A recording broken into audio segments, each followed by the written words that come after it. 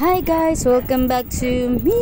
So ngayon nandito tayo sa Pasig, Kapasigan at meron tayo pupuntahan dito na Thai food dito lang sa tabi ng Robinsons Supermarket. Ayan guys, naisip ako lang pumunta dito kasi nakikita ko siya sa mga reels kung ano ba talagang meron dito. Never pa naman ako nakatikim ng mga Thai food. Ayan, kasi nakita ko rin sobrang affordable. Ayan, ito yung kanilang menu. Ayan guys, sobrang affordable. Ayan, isa pa yung mga value meals nila. Ayan, so ito yung pork basil. Parang giniling lang din siya na medyo kakaiba yung lasa. Masarap naman siya. At itong kasama ko bumili ng kwek-kwek. Tumikim ako, mga 2 piraso lang, syempre bawal. Tsaka yan nga, ayan, pork basil. Actually, hindi kasi ako talaga familiar sa ano ng food ng Thai. Kaya parang nakita ko yung pork basil, nagulat ako. Ganun lang pala siya kasimple. Pero syempre, may kakaiba naman din sa lasa niya. Ayan guys, tinikman ko rin na may kasamang rice. Sobrang sarap niya sa rice. Nakakabitin daw, sabi ng kasama ko.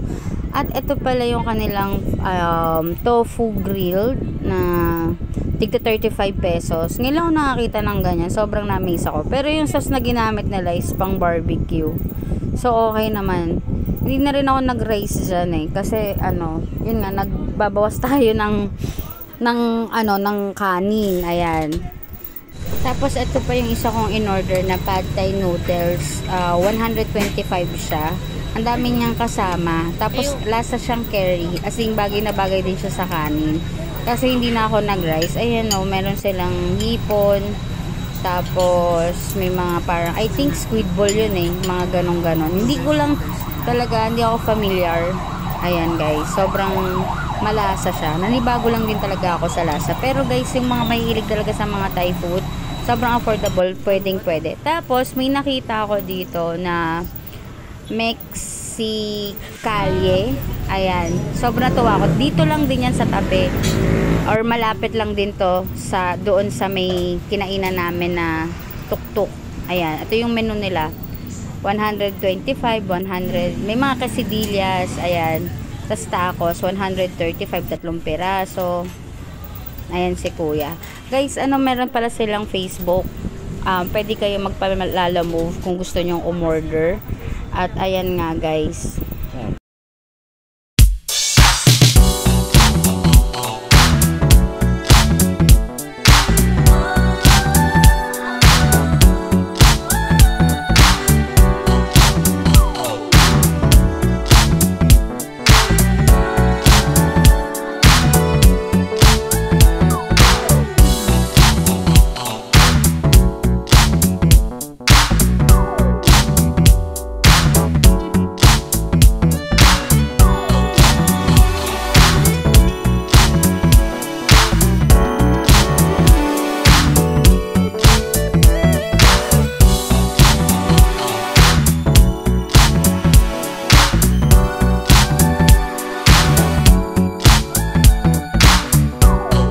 At after nga natin mag food trip, kumain dito sa Kapasigan. Ngayon naman guys, itutur ko kayo dito sa Kapasigan. Sakali lang naman. Tapos, ayan, nagpunta kami dito para tumingin din sa magkano? May presyo yan ukay-ukay. Ito yung mga ukay-ukay na sapatos. Ayan.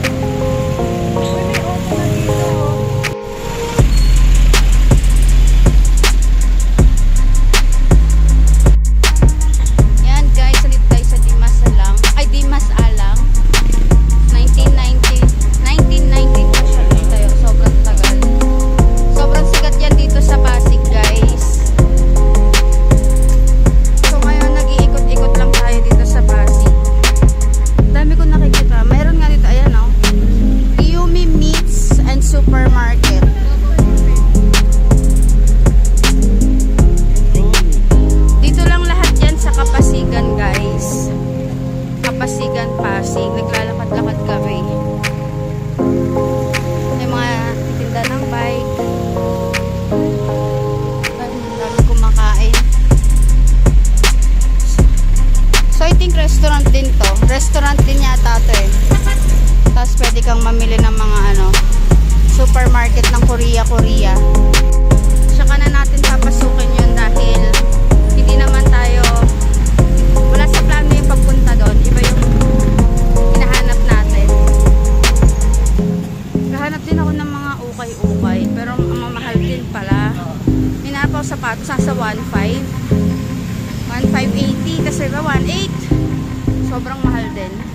So I think much better na lang na bumili ng bago kung pa yung unang gagamit.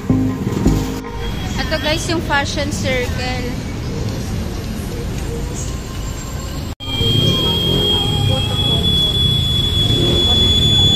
Yan.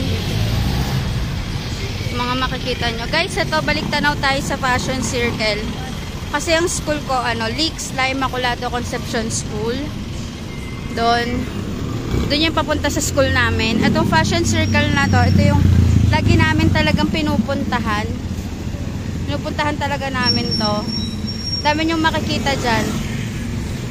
Ayan, lakad-lakad lang tayo guys. Ito po, yung mga bazaar, ang mga kung ano-ano, itinda ng damit. May chicharong bulaklak pa dito.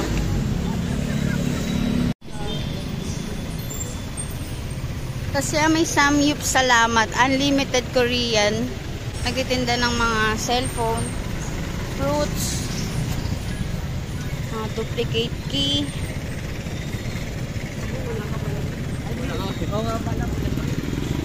Yan. Daming tindahan dito guys.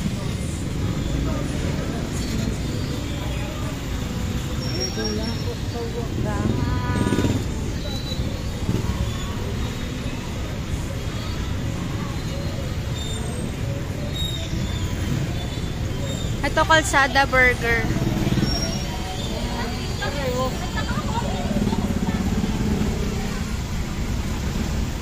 Kalsada Burgers. Saka na natin yung pupuntahan. Ang ganda nung nila ng Timo.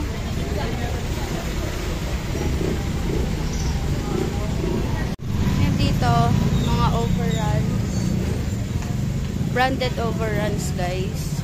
Hindi na magtatanong ng presyo pero dyan yung mga something. Pasukin lang natin kung anong mga meron dito. Ayan. Yung mga ganito. Sisig sarada. Tapos Osaka pancake. Ayan. Meron doon Shakers Philippines. Sasha Nail Spa. So, ayan. Mga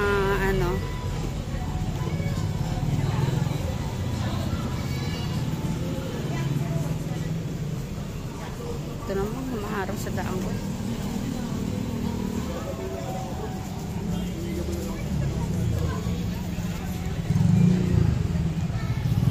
So ganon. Ay ganyan.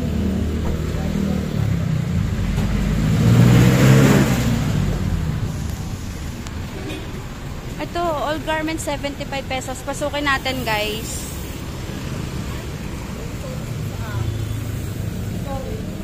Tatawid tayo. Fashion. Mga 95. Ayoko sa mga 95. Dito lang tayo sa 75 all garments. Tatawid na tayo guys. Yan.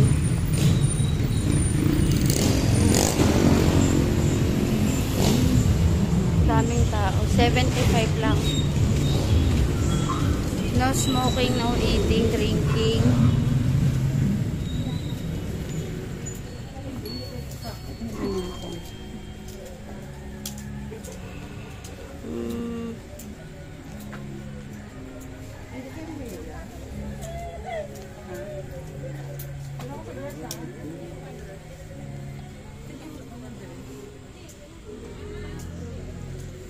Gusto ko ng dress. Tingin nga tayo sa dress.